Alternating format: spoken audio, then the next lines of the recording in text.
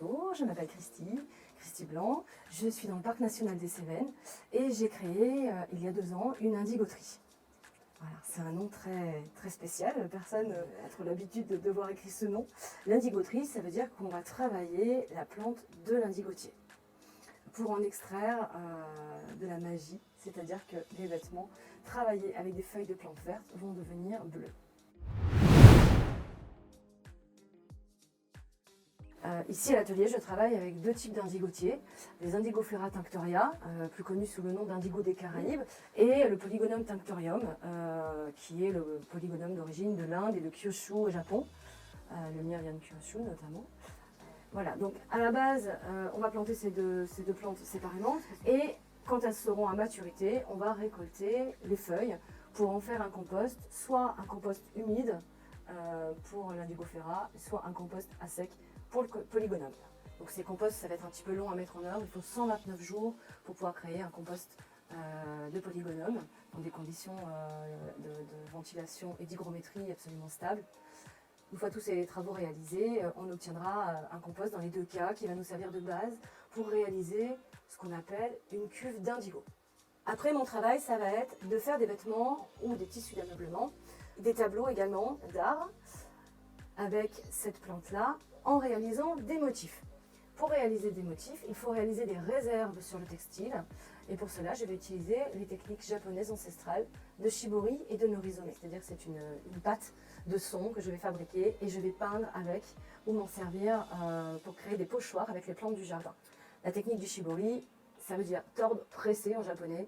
C'est une solution pour cacher des parties du textile de manière à ce que les bactéries, une fois en cuve, ne puissent pas se rendre sur cette partie-là du tissu et déposer la molécule d'indigo. Donc je vais réaliser les 4 shibori qui existent, soit les systèmes de pliage uni sous presse, soit les systèmes de nœuds japonais ou encore les systèmes de couture. Ça c'est pour le shibori, donc je vais réaliser mes motifs en fonction du rendu que je souhaite avoir.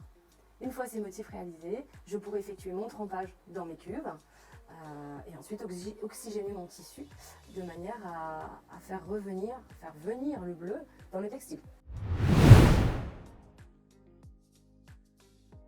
Je suis une grande voyageuse et je voyage chaque année plusieurs mois pour aller à la rencontre de peuples dans le monde entier, découvrir les cultures, les savoir-faire et puis donner des coups de main parce que j'ai du temps et l'hiver j'ai du temps. Donc je me retrouve souvent au niveau de l'équateur à ces périodes-là.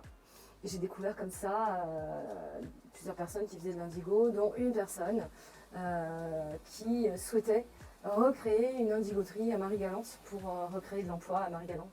À Marie-Galante, on perd 3 habitants par mois. Ce sont des paysans qui vivent très difficilement de la canne à sucre. Donc l'idée, c'est d'arracher les cannes à sucre, de replanter l'indigo d'origine endémique de Marie-Galante, qui pousse encore un peu partout dans l'île, de réapprendre ses savoir-faire, de créer des boutiques, de créer des créateurs, et que ces personnes-là voient des avenirs meilleurs et des solutions pour vivre avec des activités pérennes sur leur île. Donc me voilà embarquée dans l'aventure et à donner un coup de main pour la création de cette indigoterie. Donc j'ai appris là-bas comment on travaille l'indigo et j'ai prêté main forte à Pierre Maudat pour recréer l'indigoterie. Le projet est en cours, ça fait 3 ans maintenant, on avance bien, mais voilà, il y a déjà des créateurs qui sont sur pied, qui font des choses très belles et la suite c'est de réouvrir les bassins d'indigo du 17e pour pouvoir faire des visites guidées dans des lieux historiques.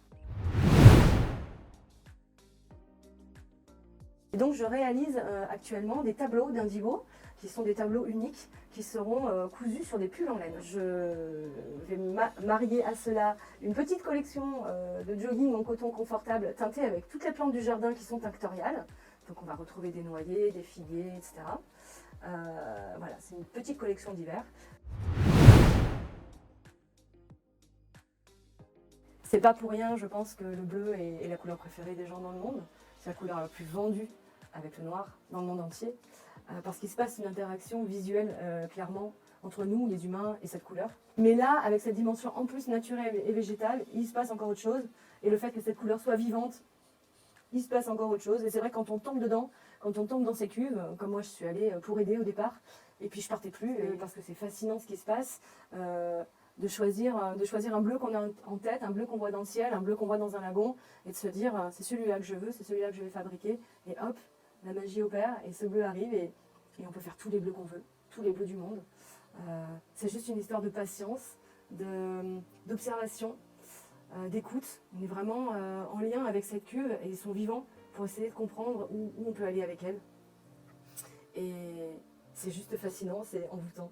Voilà, je vous invite à venir visiter mon jardin et mon indigoterie pour vous faire partager cette passion des bleus vivants.